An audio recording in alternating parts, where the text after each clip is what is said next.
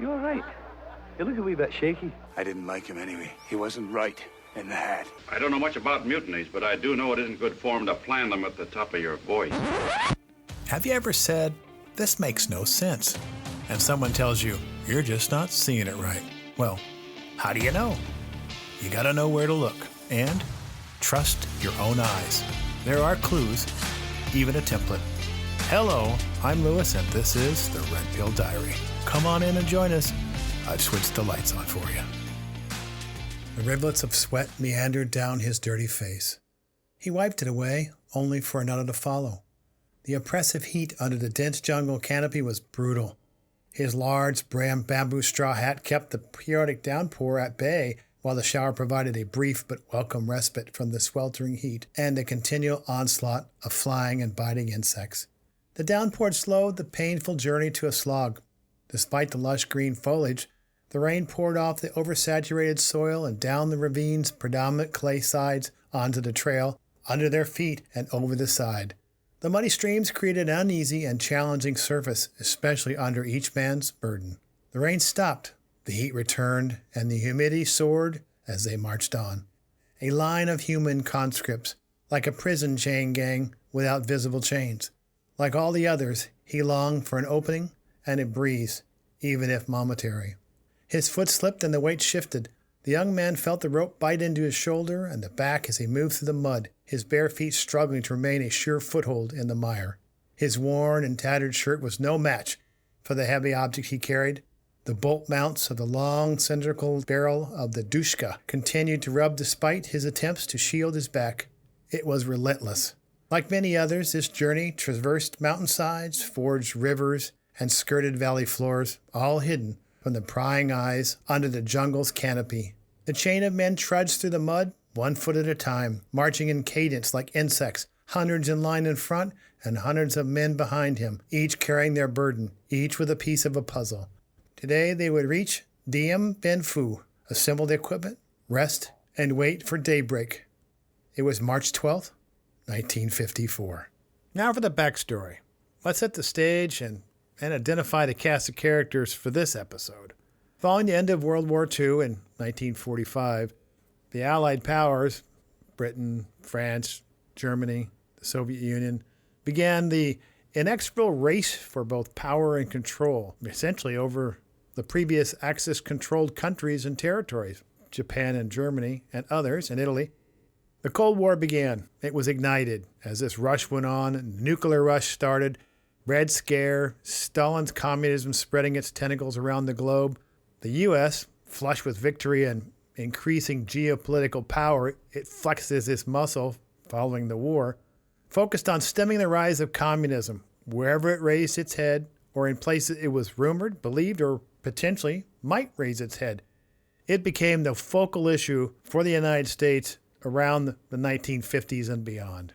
Now, don't get me wrong, the issue of communism was before the 50s, but it served in this time frame between 1945 and, say, 1975 to be a focal point for our government in dealing with the reach of communism, either from the Soviet Union, China, and others. First, let's start with the U.S. involvement in the Korean War, because this happened about this time frame, 1950 and 1953. Prior to the war with Korea was a Japanese colony. Now, following the war, the Soviet Union and the United States divided Korea into occupation zones, similar to the occupation zones in Europe. And the dividing line was the 38th parallel, with supposed plans for a future independent state of Korea. But due to the political disagreements between these two backers, the Soviet Union and the United States, each section, the North and the South, formed their own governments in 1948. This eventually degraded into the Korean War, which ended by armistice between the United States and Korea in 1953. Now, during this period of time, France was also involved in the French Indochina War. Indochina, prior to France's abandonment during World War II and Japan's occupation during the same time frame, was a colony of France. Once the Japanese left, the French wanted to regain the territory back as a French colony. However, the Vietnamese were not really keen to the idea and sought the U.S. and the international community to be recognized as independent. Now, for the purpose of this episode, the First Indochina War between France and the Viet Minh culminated in the Battle of Dien Phu. But following this battle, like what occurred in Korea, Vietnam was divided into North and South at the 17th parallel north. Also during this time frame in this decade of the end of the Second World War to like say the 1960s, about 15 years, Mao Zedong announced the formation of the People's Republic of China, a communist state in Tiananmen Square in 1949. Chiang Kai-shek and the nationalists retreated or moved to Taiwan. So in the wake of the end of World War II, we had two events. One they knew of ahead of time. It was Stalin's communism in the Soviet Union, and now Mao's communism in China. All of this coupled with McCarthyism, Alger Hiss in the United States, and the spread of Marxism and the fallout of Stalin's purges created an honest concern with at least three presidents, Truman, Eisenhower, and Kennedy. And each one would deal with these issues somewhat differently. But the underlying organization that's in the midst of this is a three-letter agency. Its interaction is consistent. So you ask, how could that be? Well, it's because most or a very high percentage of those individuals in the three-letter agency were all involved in the OSS during World War II and now had been moved over to the CIA. They all worked together, they all knew each other, and they were consistent and very similar in their operations, although more advanced as they went along, with what they had performed during and learned during and trained other individuals during World War II. So before we go on further, I want to pose this question. If these individuals that began the CIA and trained everybody going forward from what they learned and what they experienced and taught them, wouldn't that continue to replicate throughout the culture of the CIA? So we should be able to see things going forward that are consistent with what we've seen before based on decisions they've made, and sometimes decisions they didn't make where they didn't learn the lesson from the previous time, but they believed they could do it better this time, or because they were so successful that time, let's say in Guatemala, that they could just turn around and do it in another country 1 year later, such as Iran. But hubris has a way of biting you in the behind. But sometimes that doesn't slow you down. Even in 1976 with the Church Report, that didn't slow them down. They're still moving forward. So as we look at this, or these cast of characters, we still got to keep three separate kind of things in mind. One is the international setting. Here's we got communists and anti-communist superpowers shifting their focus from essentially a deadlock in Europe to these other areas called the quote-unquote third world, Africa, Middle East, Latin America, and Asia. And that was their perception at the time. The United States, Soviet Union, and the People's Republic of China wanted to jockey for influence. Among these newly emergent nations was Vietnam. Also, none of these superpowers wanted to be painted with a brush of colonialism. So they looked for ways to work behind the scenes with either a strong man or a straw man, if you will. Essentially, they wanted a proxy. This would allow us and others to minimize our casualties and preserve the illusion that we really had no imperialistic intent. And lastly, with all the anti-communist hysteria, commonly dubbed McCarthyism, that was going around and that was helping allow the United States to move in areas where it would not necessarily have been allowed without that type of Red Scare culture during that period of time. Rightly or wrongly, but that was the way in which they could move into these countries proclaiming these individuals were Marxists or going to be communists or the communists were going to take over, thereby using the fear of the general population as a justification and to substantiate the reason why they were going to move into this in order to, quote unquote, protect and defend the integrity of the United States or the country against communist intrusion. So this question kind of raises in my head, maybe it does in yours. So what's the point? What would be the point of taking advantage of something that your culture believed? First thing you guys is, how did that culture get started? Or how is it being encouraged? We've seen in the past that sometimes the general population is not aware of something going on in some other places. And what happens?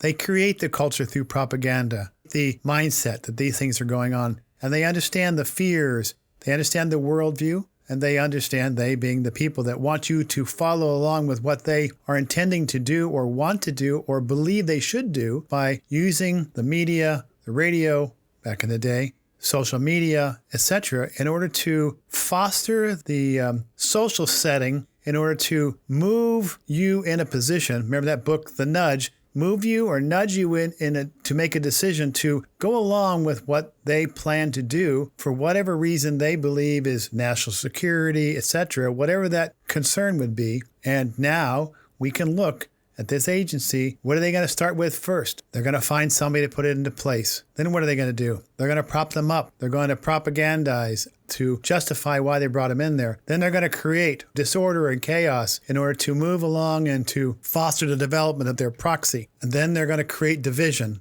And then they're going to move their person to where they now have control over that area. We've seen that over the last maybe even 5 episodes, and we're going to see it going again. Now that we have set the stage, let's move to our cast of characters. The first member of our cast is No Dien Jim, and we'll call him Jim. So what made the Americans believe he was the perfect candidate for the job? First, he was Vietnamese. Second, he was Catholic. And why was this important? Because Indochina used to be, or was, a French colony, heavily Catholic, with a lot of individuals still in the country that were Catholic. And the United States had a high Catholic population at the time. Also, he was adamantly anti-communist. And most of all, he was willing to be the United States proxy in South Vietnam. So the Emperor Bo Dai, at the encouragement of the United States, appointed him prime minister. Soon after his appointment, remember the 1954 Geneva Conference? It took place shortly after he took office. It formally partitioned Vietnam along the 17th parallel, and Jim and the aid of his younger brother consolidated power in South Vietnam. America had its proxy. But what have we learned that you need as well as a proxy? You need the other P, propaganda. Enter Henry Luce. Now, who was Henry Luce? Henry Luce was an American magazine publisher who built a publishing empire on Time, Fortune, and Life magazines. He was one of the most influential figures in the history of American journalism, and he married Claire Booth Luce. Eventually, she became the editor of Vogue and Vanity Fair magazines. She was also the ambassador to Italy. Luce saw Jim as a crusading anti-communist, and he called him the Miracle Man. This is all during the time of the Red Scare and McCarthyism, and the government portrayed Diem as saving 12 million Vietnamese from communist slavery. This propaganda made Diem more appealing to the masses, even if it was a myth. But that's the power of propaganda. And who is the father of spin involved in this? Yes, just like we saw in 1954 Guatemala in the episode, Edward Bernays, the father of spin. Well, here he is again. He's assisting and convincing the American public of the communist fighter of Southeast Asia, Jim. He also provided information to news stations and magazines, such as his own magazine, or the one that his friend, Catherine Booth Luce, was associated with through her husband, Henry, to Life magazine. Now we got to get some division or create some chaos or some sort of a propaganda spin to share internationally. Enter Operation Passage to Freedom. Essentially what this was is a propaganda piece where the Navy started to remove or allow Catholics from North Vietnam to move to South Vietnam, and the United States Navy put them on a ship, carried them somewhere between 800 to 1.2 million to South Vietnam. Why? Because they were Catholic, and Diem needed the support there because he wasn't as popular as Ho Chi Minh. And Ho Chi Minh was the leader in North Vietnam. Now remember, they're going to have an election. The problem is, Jim is not as popular as Ho Chi Minh, and if the election was held right then, guess who was going to win? Ho Chi Minh. Why? Because Ho Chi Minh was involved in the battle at Dien Bien Phu against the French. He also was trained by the OSS in World War II in guerrilla warfare. So he had a lot of contacts both in the North and the South throughout the government in order to help bolster Diem's personality in Vietnam, in the world. They needed to bring more individuals sympathetic with Diem to South Vietnam, and Operation Passage to Freedom was at peace. So what incentivized people to move from the north to the south and give up their hereditary land and estates, or at least the plots of land that they had? Propaganda. The United States flooded the north with propaganda about their lives being in danger and a number of other things, all based on fear, which may have been true in the long run, but the motivation here was to get them to move to the south. One of the purposes was to bolster Jim. The other was to make it look like the United States was helping to free people from communist persecution or potential slavery by moving them so that the press could see it and shout it out to the entire world of all the good things that Jim and the United States were doing to save the Catholics from the monster of communism. So now we have the proxy, we have the people, the characters for propaganda, and now we need the principal. So now let me introduce the principal, or at least the agent for the principal. His name is Henry Cabot Lodge Jr. Recall that name? 2 episodes back. The coup d'etat in Guatemala, 1953-54. The family who had strong financial ties to United Fruit, that would be the Lodge family, and Senator Henry Cabot Lodge was now the ambassador to Vietnam. He would be the ambassador to the United Nations for the issue about Guatemala, but now he is the ambassador to Vietnam. One piece to remember about him, in the future we're going to have an episode through his mother's side. His great-great-grandfather was none other than George Griswold. Remember that name? You'll hear it again. I want to stop for a minute and apply this.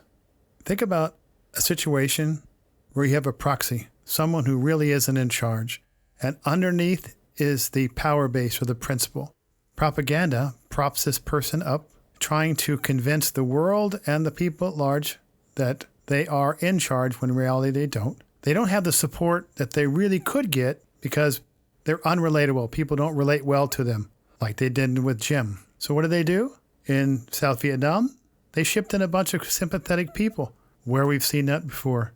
You ship in a bunch of people that are sympathetic, and what are they going to do? They're going to support that person, the proxy, because you know they are essentially aligned in some fashion with that proxy. Think about where you've seen that before. I can think of at least one case, 2014. I can think of one you're seeing right now. So what happened? The problem with America's proxy was that he was unrelatable. Despite being Catholic and a high Catholic population, despite the United States seeing him favorably, he didn't have the charisma, the ability to draw people to him. He couldn't overcome Ho Chi Minh's status and his popularity in the North and the South. Despite Ambassador's Lodge, who didn't really have confidence in him, it turned out that he wasn't the guy that they needed. He had problems with running the country, getting people to align themselves with him. His brothers were essentially running the black market into Laos and the other countries that surrounded Vietnam. It was just not working. Despite the amount of money they were funneling in the United States, it just wasn't working. So they decided to replace him with a general, one of the generals that he knew. And they, Lodge, worked with this general to set up a date and time to essentially create a coup d'etat on their own proxy. They thought what was going to occur was that Jim and his brother were going to be captured, kidnapped, and taken to a place where they could be in exile. Unfortunately, when the coup happened, riots occurred, and Jim and his brother ran. They ran and hid. They were eventually found. Despite the phone call they made to Senator Lodge, Ambassador Lodge acted feigned as if, I don't know what you're talking about. I hope everything works out good for you. He went back to bed. The United States left their proxy out to dry, out to fend for himself, being chased by a mob that they put into place to replace him with someone else because he was unrelatable and they couldn't get their way. What they intended was him to be captured and sent off to exile. What happened was their misunderstanding of the situation led to the execution of Diem and his brother at the hands of the general and his men. They tried to show it as a suicide, but unfortunately the photos were leaked, and clearly by the photos, everybody understood that one does not commit suicide with their hands tied behind their back. You know, there's those pesky little unintended consequences. We thought we were just going to have a proxy in exile. We ended up with a president who was executed because of our conduct. And what is the additional unintended consequences of getting the other person we wanted? We got ourselves the Vietnam War. I'll leave the lights on for you. Well, we filled those pages. If you have comments, suggestions, share them. You know, the more input, the more likely a better outcome. I'm moving forward because backwards is not an option. I've turned the lights on here, and I'll be leaving them that way. Join me next time on the Red Pill Diary.